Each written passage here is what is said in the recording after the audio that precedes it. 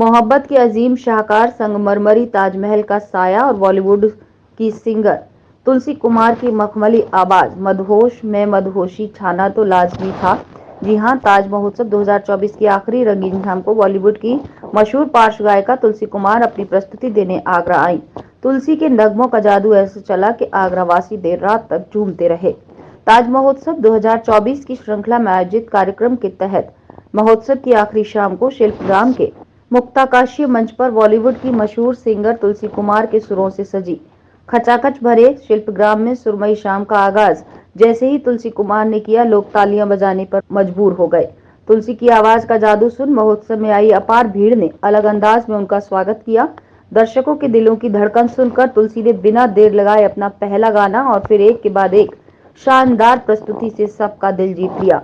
तुलसी कुमार की मधुभरी आवाज का जादू कुछ इस तरह मंच पर छाया कि भीड़ को संभालने के लिए पुलिसकर्मियों के पसीने छूट गए। तुलसी की आवाज का जादू कम नहीं हुआ, वो लगातार एक से बढ़कर एक गीत गाती रहीं और दर्शकों के दिलों पर राज करती रहीं। आपको बता दें, कल महोत्सव का आखिरी दिन था, लिहाजा महोत्सव का औपचारिक समापन किया गया। इस दौरान केंद्रीय स्वास्थ्य राज्य मंत्री एसपी सिंह बघेल मौजूद रहे।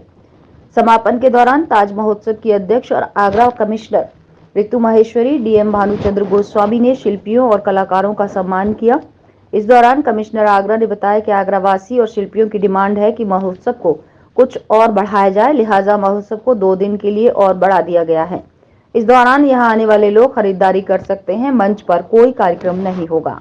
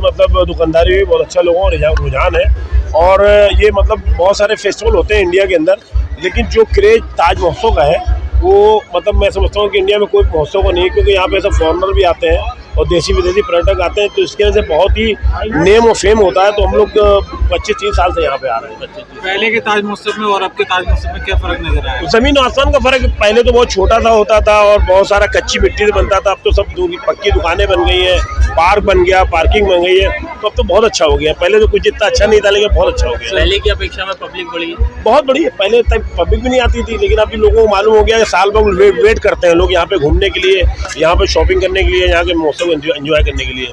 ये मेरी लाइफ का बहुत अच्छा व्यू है। मेरी अभी शादी हुई है 2 महीने पहले।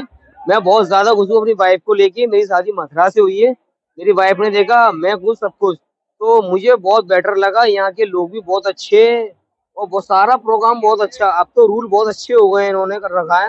बहुत अच्छा लगा मेरे को ताज महोत्सव देख के। ये मेरा फर्स्ट विजिट है आगरा और मैं बहुत एक्साइटेड हूँ क्योंकि ताज महोत्सव में परफॉर्म करने का मौका मिला है और बहुत ही प्रेस्टिजियस इवेंट है और आगरा बहुत ही खूबसूरत सिटी है, तो बहुत एक्साइटेड हूँ आज यहाँ परफॉर्म करने। तो नए पुराने गानों के साथ ये परफॉर्म करने वाले हैं कि जो अभी आपके जो हाल के गाने हैं उनको परफॉर्म करने वाले हैं आप यहाँ पर? नहीं, अभी आप सुनेंगे नए पुराने, पूरा मिक्स्ड बैग है। ताज का कभी दीदार हुआ है कि नहीं मैम? जी, ताज का दीदार किया कि नहीं किया अभी तक? ताज का दीदार अभी नहीं हुआ है, कल सुबह सुबह करेंगे सब कुछ। तो शास्त्रीय संगीत आज खत्म सा है, क्या कहेंगी इस पर? जी, शास्त्रीय संगीत आज खत्म होता जा रहा है, क्या कहेंगी इस पर? आई थिंक शास्त्रीय संगीत सुनने वाले बहुत सारे लोग हैं और बहुत लोग हैं जो प्रशंसा करते हैं संगीत की। कहीं ना कहीं जो लिसनर्स हैं, आजकल का यूथ है, वो जेंजी कुछ अलग तरीके का म्यूज़िक भी सुनना चाह रहा है, जो भी लोगों को पसंद आ रहा है। तो आई थिंक एक मिश्रण सभी सुन रहे हैं। हाल ही में आशिकी 2 में आपकी भी वॉइस वर्जन सुनने को मिलेगी, तो मैम अभी और कौन से गाने जो सुनने को मिलेंगे? आशिकी 2 में तो ऑलरेडी आ चुकी है, अभी आशिकी 3 आने वाली है। आशिकी 2 के गाने मैं अभी परफॉर्म करने वाली हूँ स्टेज पे, और आशिकी 3 आएगी अभी नहीं, आई थिंक अगले साल। तो ऐसा कौन सा गाना है आपका जो आपको खुद पसंदीदा है? मेरा खुद का पसंदीदा ऑनेस्टली मेरे सभी गाने मुझे बहुत पसंद हैं। एक गाना मैं ये गाना सुना के बताइए। सब लोग यहाँ पे अब रैप करने लगे हैं, पॉप सिंगर जो है, आप भी आने वाले दिनों में क्या ऐसे कुछ गाने जो मेरी वॉइस एक्चुअली रोमांटिक गानों में बहुत ज़्यादा पसंद की जाती है, तो वो एक जॉनर है जिसके साथ मैं हमेशा से जुड़ी रही हूँ, और मेरे मोस्टली गाने रोमांटिक रहते हैं। जैसा कि इन्होंने पूछा कि मेरा गाया हुआ मेरा फेवरेट गाना है from the film Kabir Singh, तेरी बन जाऊंगी, और उसी से शो की शुरुआत होने वाली है। तो जितने भी लोग यहाँ हैं 2 लाइन ऑन स्टेज आप जरूर सुनिए। 2 लाइन सुना के दे। साथ छोड़ूंगी न तेरे पीछे आऊंगी, छीन लूंगी या खुदा से मांग लाऊंगी, तेरे नाल तकदीर लिखवाऊंगी, मैं तेरी बन जाऊंगी। आगरा की बन जाऊंगी इस बार। आगरा पुलिस को मिली बड़ी सफलता, सेना में इस्तेमाल होने वाली दवाइयों का जखीरा बरामद। 40 लाख रुपए की बताई जा रही दवाइयों की कीमत। पुलिस ने 7 लोगों को किया गिरफ्तार। गैंग के बाकी सदस्यों की गिरफ्तारी के लिए कई टीमों का हुआ गठन। सीपी के निर्देश पर डीसीपी सिटी और एसीपी हरिपर्वत ने की कार्रवाई। दवाओं के माफियाओं पर होगी गैंगस्टर एक्ट में कार्रवाई। देखिए, एसीपी हरिपर्वत और सीओ एएनटीएफ के संयुक्त नेतृत्व में थाना हरिपर्वत एएनटीएफ टीम और एसओजी सर्विलांस नगर जोन टीम ने एक बहुत बड़े रैकेट का अनावरण किया है, जो डिफेंस पर्पस के लिए जो दवाएं होती थी, डिफेंस हमारे जो एस्टेब्लिशमेंट हैं उसमें जाने के लिए, उनको वहां से साइफन करके ले आते थे, और उनके स्टिकर पे जो फॉर डिफेंस पर्पस ओनली लगा होता है उसको थिनर का इस्तेमाल करके मिटाते थे, और फर्जीवाड़ा करके उस पर नई प्रिंट लगाते थे, नया मैन्युफैक्चरिंग और नया एमआरपी लगाते थे, और उसको लोकल मार्केट्स में सप्लाई करते थे। इस पूरे गैंग में 7 लोग अभी तक गिरफ्तार हुए हैं। इनमें वो भी हैं जो साइफन करते थे, वो भी हैं जो मिडिलमैन हैं और करियर्स हैं, और वो भी हैं जो अपनी फर्म बना के शॉप्स पे सप्लाई करते थे। इनके पास से बहुत बड़ी बरामदगी, लगभग 40 लाख रुपए की विभिन्न दवाएं बरामद हुई हैं, जिनकी डिटेल आपको दी जा रही है। एक कार जिसमें दवाएं रखी हुई थी वो बरामद हुई है, 9 मोबाइल फोन्स। इनके स्टिकर से मिटाए जाने वाला जो थिनर है वो भी बरामद हुआ है, और बहुत सारी खाली दवाओं की डब्बी और खाली दवाओं की जो स्ट्रिप होती है वो भी बरामद हुई है। और इन सभी को अभियोग पंजीकृत करके माननीय न्यायालय के समक्ष प्रस्तुत किया जा रहा है। इन 7 लोगों के अलावा जो हमारी पूछताछ में सामने आया है, अन्य भी बहुत सारे लोग इस दवा मार्केट और सप्लाई चेन के हैं जो इसमें इन्वॉल्व हैं, और केवल आगरा में ही नहीं, पूरी बाहर के भी विभिन्न जो दवा मार्केट है उसमें इन दवाइयों को सस्ते रेट पे बेच के और अवैध धनार्जन करते हैं। और जैसे विवेचना आगे बढ़ेगी इन सभी लोग को अकाउंट फॉर किया जाएगा, और क्योंकि ये अभी तक की जो हमारी पूछताछ और अभी तक की जो हमारी कार्रवाई है उसमें ये फिट केस है गैंगस्टर एक्ट का, इन सभी के ऊपर गैंगस्टर एक्ट का मुकदमा पंजीकृत कराया जाएगा। इनकी अवैध संपत्तियों को बहुत जल्दी 14(1) थाना गैंगस्टर एक्ट के अंतर्गत कुर्क कराया जाएगा। जो गैंग लीडर है वो कौन निकल गया है अभी तक की जांच में? कैसे? देखिए, आगरा में एक फरहान नाम का व्यक्ति है, एक ग्वालियर का रहने वाला महेंद्र नाम का व्यक्ति है, ये और एक नीरज नाम का व्यक्ति है। ये 3 अभी तक जो हमारे सामने आए हैं वो इस गैंग के बड़े प्लेयर्स हैं। अन्य भी कुछ नाम हैं जिनकी डिटेल्स अभी हम आपको नहीं दे रहे हैं, उनकी गोपनीयता रखते हुए, और उनके खिलाफ जब कार्रवाई होगी तो आपको सूचित किया जाएगा। इंटरस्टेट सप्लाई भी करते थे मेडिसिन की? देखिए, दिल्ली और राजस्थान और अन्य राज्यों में भी सप्लाई करने की बात पूछताछ में सामने आई है, और इसकी और जो डिटेल होगी वो आपको दी जाएगी। ये डमी फर्मों से सप्लाई हो रही थी, पूरी यहाँ बिलिंग होती है। जो इनकी प्रेजेंट की फर्म है, क्या उनकी भी अकाउंट्स वगैरह चेक होंगे? कहीं उनसे एनआरएस कैटेगरी वाली दवाइयाँ तो सप्लाई नहीं हो रही, या इनका कितना अब तक ट्रांजेक्शन हुए हैं? जी देखिए, इस विवेचना में जितने भी रिलेवेंट फैक्ट्स हैं सबको एग्जामिन किया जाएगा। हमारे एसीपी हरिपर्वत कैस्टेट ऑफिसर, आईपीएस ऑफिसर इसको देख रहे हैं, पूरी विवेचना को इसकी मॉनिटरिंग कर रहे हैं। जो भी रिलेवेंट फैक्ट्स हैं फर्म से संबंधित, शॉप से संबंधित या सप्लाई चेन से संबंधित, उसको एग्जामिन करके उसको विवेचना का पार्ट बनाया जाएगा और आने वाले दिनों में भी इसमें बहुत बड़ी कार्रवाई होगी। घटिया आजम खां स्थित राशन डीलर ने की क्षेत्रीय लोगों से मारपीट, क्षेत्रीय पार्षद से की मारपीट। राशन डीलर कैलाशनाथ खन्ना ने की लोगों से मारपीट। भाजपा के केशव मंडल अध्यक्ष दिलीप करमदल एससी मोर्चे के पदाधिकारी से राशन डीलर ने की मारपीट। क्षेत्रीय पार्षद शशिकांत गुप्ता से भी की मारपीट। प्रधानमंत्री मोदी की योजना पर राशन डीलर लगा रहा पलीता। कई बार क्षेत्रीय लोगों ने की शिकायत लेकिन नहीं हुआ समाधान। राशन डीलर क्षेत्रीय लोगों को बांट रहा कम राशन। हमको यही कहना है कैसे पूरा दे नहीं इसकी कंट्रोल ही जाए। हमें कितने यूनिट का राशन है आपका? हमारा 9-10 कितना देता है? यही 4.5 देता है, कम देता है। आपने शिकायत नहीं की है कभी? और शिकायत किससे करे? हाथ जोड़ लेता है, उनकी सीधी कह देता है, उनकी भी। अभी इसके घर में इसने निकाल दी, निकलो घर में यहाँ से शाम को और सवेरे के आएगा और चमार कमार करे हाथ मारा, पहले इन पे मारा था। जो कोई खा जाए घर में घुसा के इसने राशन रख लिया और घर में इतना तेज रहता है। मेरा 6 दिन का है, 12 किलो गेहूं देता है और 15 किलो चावल देता है। और चावल और गेहूं तो ब्लॉक करके जो कहता है मेरे पास है ही नहीं है, हमारे राशन कार्ड भी फेंक देता है। और 4-5 महीने हो गए राशन कार्ड नहीं दे रहा, मेरा रख लिया इसने, देता ही नहीं है। आप कहीं शिकायत करने नहीं गई? हमें इनसे ही कहते भाई साहब से जो देता है जो हमारे मोहल्ला के हैं और देता ही नहीं है बिल्कुल। और मेरा तो पिछली बार दिया ही नहीं है और कह देता अभी नहीं है, मैं तुम्हें दे दूंगा ऐसे करता है, देता ही नहीं है। 4-5 बार का है। कितने दिन से? अरे बहुत कई महीना हो गए भैया, कहते इससे लड़ के हम चले जाते पर देता नहीं है ये कुछ भी। केशव मंडल से उपाध्यक्ष एससी मोर्चे से आज बड़ी विडंबना है। तुम्हारे माननीय प्रधानमंत्री महोदय नरेंद्र मोदी जी के द्वारा एक अभियान चलाया जा रहा है कि हर प्रत्येक गरीब को राशन मुफ्त में राशन मिले, लेकिन कुछ खन्ना जैसे काला बाजारियों द्वारा तो गरीबों को शोषण किया जा रहा है, इतना अत्याचार किया जा रहा है कि यहाँ के अपने माननीय पार्षद महोदय शशिकांत गुप्ता जी और हमारे पार्टी के पदाधिकारी मंडल अध्यक्ष माननीय दिलीप करदम जी के ऊपर भी लोगों ने जानलेवा हमला किया है। लेकिन इनकी एक ऐसी षड्यंत्र एक गैंग है कि इन्होंने पूरी टोटल कालाबाजारी कर रखी है और जनता को पूरी तरीके से इनका सारा अनाज ये अपने खा जा रहे हैं। तो ये टोटल भ्रष्ट अधिकारी है, ये टोटल जो अनाज ये दे रहे हैं ये भ्रष्ट है।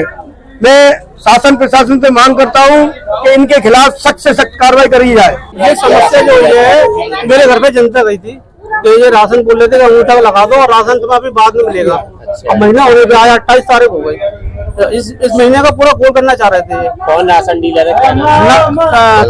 कैलाशनाथ खन्ना।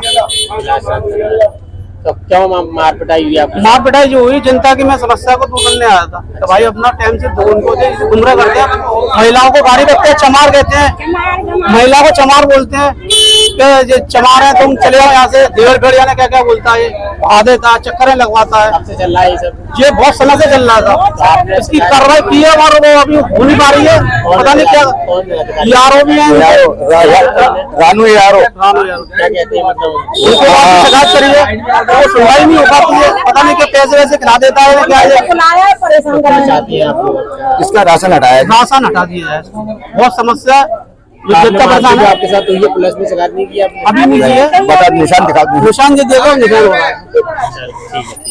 तो भारतीय जनता पार्टी से केशव मंडल में अध्यक्ष हूँ। आगरा के कुष्ठ आश्रम गांधी ग्राम ताजगंज आगरा में Romsons group private limited Nunihai Agra द्वारा सभा भवन का निर्माण एवं पूर्व निर्मित बिल्डिंग का नवीनीकरण CSR योजना के अंतर्गत कराया गया, जिसका लोकार्पण बुधवार को रोमसंस ग्रुप प्राइवेट लिमिटेड के chairman Vijay Khanna, managing director Kishore Narayan Khanna, joint managing director Lalit Narayan Khanna के कर कमलों द्वारा हुआ। रोमसंस ग्रुप के चेयरमैन व मैनेजिंग डायरेक्टर ने बताया कि कंपनी समय समय पर जगह जगह पर इस प्रकार के कार्य लोकहित में आवश्यकता अनुसार करती रहती है। डायरेक्टर विकास खन्ना ने बताया कि कुष्ठ आश्रम में सभा भवन की मांग व आवश्यकता को देखते हुए ये कार्य किया गया है। इस सभागृह के और इस हॉल के बनाने के बारे में कुछ बताना चाहता हूँ। हमारे स्वर्गीय बाबा जी श्री रामलाल खन्ना जी, जिन्होंने रोमसंस ग्रुप की स्थापना करी थी, वो 1970 से ही इस कुष्ठ आश्रम से जुड़े हुए थे। हर हफ्ते वो डॉक्टर के सक्सेना स्किन स्पेशलिस्ट को लेके, और ये कर्नल पेशौरी होते थे उनके साथ इस जगह पर आते थे, मेरे को साथ लेके आते थे, हमारे बुजुर्ग अपने मेरे पिताजी को साथ लेके आते थे और यहाँ पर इनकी सेवा किया करते थे। उनके स्वर्गवास के बाद मेरे पिताजी श्री कमल नारायण जी खन्ना ने उसको चालू रखा और वो भी यहाँ पर रेगुलरली आते थे और इनकी कुछ आश्रम में जितने भी परिवार रहते हैं उनकी सेवा किया करते थे। उनकी बीमारी के निदान के बारे में दवा वगैरह खाने पीने के लिए जो भी है सामान रॉम्स परिवार से आता रहता था। उसके बाद उनके पूरे होने के बाद मेरे चाचा जी श्री विजय खन्ना जी मेरे साथ बैठे हैं, उन्होंने इस कार्यक्रम को चालू रखा और वो रेगुलरली यहाँ पर आते रहे और धीरे धीरे जो है इनके पुत्र और हमारे छोटे भाई विकास खन्ना हर शनिवार यहाँ आते हैं और आके यहाँ पर इनका दुख दर्द सुनते हैं, इनकी दवा दारू का इंतजाम करते हैं, सारी चीज़ों की देखते हैं। ये एक हॉल ऐसा बना हुआ था जो कि टूट गया था। यहाँ पर जो जालमा में इलाज कराने आते हैं उनको रहने के लिए जगह कोई नहीं देता यहाँ पर, इसलिए उनको फ्री ऑफ चार्ज यहाँ रहने के लिए वो अस्पताल हॉल बनाया हुआ था जहाँ पर रहते थे, इलाज करा के वापस चले जाते थे। अब वो हॉल टूट गया था। एक तो हमने उस हॉल की रिपेयरिंग कराई और वो करीब 1000 फुट का है और 1000 फुट का नया हॉल इसके पीछे और तैयार कराया ताकि जो की संख्या बढ़ रही है मरीजों की उनको भी अकोमोडेट है। जिस हॉल में बैठे हैं वो नया हॉल बना है, ये भी 1000 फुट के करीब है। इसके ऊपर टोटल खर्चा करीब 20 लाख रुपए का हुआ पूरे कार्यक्रम में और अभी भी कुछ खर्चा और होना बाकी है, जिसमें कि जो आगे हॉल बना हुआ है उसमें और टाइलें वाले लगा के सुंदर बनाने का प्रयास किया जा रहा है। अभी आपको श्री किशोर खन्ना हमारे एमडी जो हैं उन्होंने काफ़ी कुछ बताया है। यहाँ का सेवा कार्य जैसे इन्होंने बताया कि हमारे पूज्य पिताजी शुरू से ही लगे हुए थे और उन्होंने काफ़ी यहाँ सेवा कार्य करते थे और हम लोगों को उत्साहित करते कि भी ऐसे काम आप भी क्या करो। प्रभु कृपा से उसके बाद ये सिलसिला जारी रहा और मेरे को खुशी है कि हमारे बाद जो 4th पीढ़ी है, मतलब 4th जनरेशन है, श्री विकास खन्ना, सौरभ खन्ना और हमारे और भी जो आगे ग्रैंड चिल्ड्रंस हैं वो सारे सेवा कार्य में मतलब काफ़ी इंटरेस्ट लेते हैं और ये एक मैं समझता हूँ कि प्रभु की कृपा है कि हम लोगों के ऊपर के हम इसके ऊपर आगे और आगे कामयाब हो रहे हैं और यही हमारे ग्रुप की तरक्की का कारण भी है। मैं ईश्वर से प्रार्थना करता हूँ कि ये कार्य हमेशा चालू रहे और हमारा ग्रुप जो है रॉमसन ग्रुप प्राइवेट लिमिटेड जो है वो ऐसे ही कार्य करता रहे और ऐसे ही बढ़ता फूलता फलता रहे। 7 मार्च को आगरा आएंगे भाजपा के राष्ट्रीय अध्यक्ष जेपी नड्डा। अनुसूचित समाज के लोगों को करेंगे संबोधित। भाजपा अनुसूचित मोर्चे की राष्ट्रीय स्तर की बैठक का होगा आयोजन। बुलंदशहर के सांसद और अनुसूचित मोर्चे के राष्ट्रीय महामंत्री भोला सिंह ने दी कार्यक्रम की जानकारी। अनुसूचित समाज को 60% सरकार की योजना का मिला लाभ। भाजपा ने पूरा किया बाबा साहेब का सपना। अपने भारतीय जनता पार्टी के राष्ट्रीय अध्यक्ष आदरणीय श्री जेपी नड्डा जी का आगरा में अनुसूचित जाति सम्मेलन प्रस्तावित है 7 मार्च का। उसकी तैयारियों के लिए आज ये बैठक अपने उत्तर प्रदेश के सभी मोर्चे के क्षेत्रीय अध्यक्ष और हमारे प्रदेश के अध्यक्ष हैं एससी मोर्चे के रामचंद्र जी, इन सबके साथ में तैयारी बैठक का आयोजन किया गया है। ये बैठक आसपास के प्रदेशों की संख्या भी इसमें रहने वाली है जो रेडी होने वाली है। और जिस तरीके से पिछले 10 सालों में हमने देखा है कि माननीय मोदी जी के नेतृत्व में देश के समस्त अनुसूचित समाज को सम्मानित करने का काम किया गया। जितनी सरकार की योजना है, जन कल्याणकारी योजना, उन योजनाओं का 60% से ऊपर लाभ अनुसूचित समाज को मिला है। जो अनुसूचित समाज के महापुरुष हैं आदरणीय डॉक्टर भीमराव अम्बेडकर जी, महर्षि वाल्मीकि जी, संत रविदास जी, उन सभी को भी मोदी जी के नेतृत्व में सम्मानित करने का काम किया गया है। बाबा साहब अम्बेडकर जी के नाम से पंचतीर्थ जो उनके जीवन से जुड़े 5 स्थान थे, पंचतीर्थ के रूप में विकसित करके देश के लिए स्मारक देने का काम सभी अनुसूचित समाज को सम्मान देने के लिए है। संत रविदास जी के लिए भोपाल में उनका भव्य स्मारक 100 करोड़ से अधिक राशि का स्मारक बनाने के लिए माननीय प्रधानमंत्री जी ने उसका भूमि पूजन हो गया और उस पर कार्य शुरू हो गया। महर्षि वाल्मीकि जी के लिए अभी अयोध्या में भगवान श्री राम का मंदिर निर्माण हुआ है और निर्माण से पहले माननीय प्रधानमंत्री जी ने जब अयोध्या एयरपोर्ट का लोकार्पण किया तो महर्षि वाल्मीकि जी के नाम से उस एयरपोर्ट का नाम दिया गया है। ऐसे ही जो हमारे अनुसूचित समाज के युवा हैं वो आत्मनिर्भर हों, अनुसूचित समाज सभी महिलाएं, युवा, पुरुष अनुसूचित समाज के अपने पैरों पर स्थापित हों, इसके लिए अनेकों योजना सरकार की स्टार्टअप के लिए, मुद्रा के लिए, बैंकिंग के माध्यम से देने का कार्य पिछले 10 सालों में किया गया है। तो निश्चित ही हम कह सकते हैं कि माननीय मोदी जी के नेतृत्व में जो मोदी जी का संकल्प है, सबका साथ, सबका विकास, सबका विश्वास, उस संकल्प को पूरा होते हुए धरातल पर हमने देखा है। जो कल्याणकारी योजना है, प्रधानमंत्री आवास, प्रधानमंत्री शौचालय, प्रधानमंत्री आयुष्मान भारत कार्ड, प्रधानमंत्री उज्ज्वला योजना, पेंशन्स की स्कीम, ये सभी धरातल पर अनुसूचित जाति बस्तियों में पहुंची हैं। भारतीय जनता पार्टी अनुसूचित जाति मोर्चा वर्तमान में 3 अभियान लेकर के काम कर रहा है। एक बस्ती संपर्क अभियान एवं संवाद, दूसरा छात्रावासों में अपने दलित भाइयों से संवाद का कार्यक्रम, उनके साथ बैठ करके विचार विमर्श वर्तमान की राजनीति पर।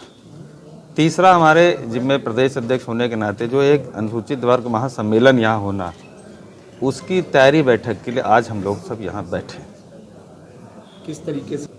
ये कई प्रदेशों के लोग यहाँ पर आने वाले हैं और लाखों की संख्या में यहाँ इकट्ठे होने वाले हैं। लोकसभा भारतीय जनता पार्टी हमेशा अपने वोटर और सपोर्टर के बीच में रहती है। सर, इस सम्मेलन आगरा से आगरा में हमारे लोग हैं और मैं कहीं से भी, मेरे पूरे देश भर में सम्मेलन चल रहे हैं।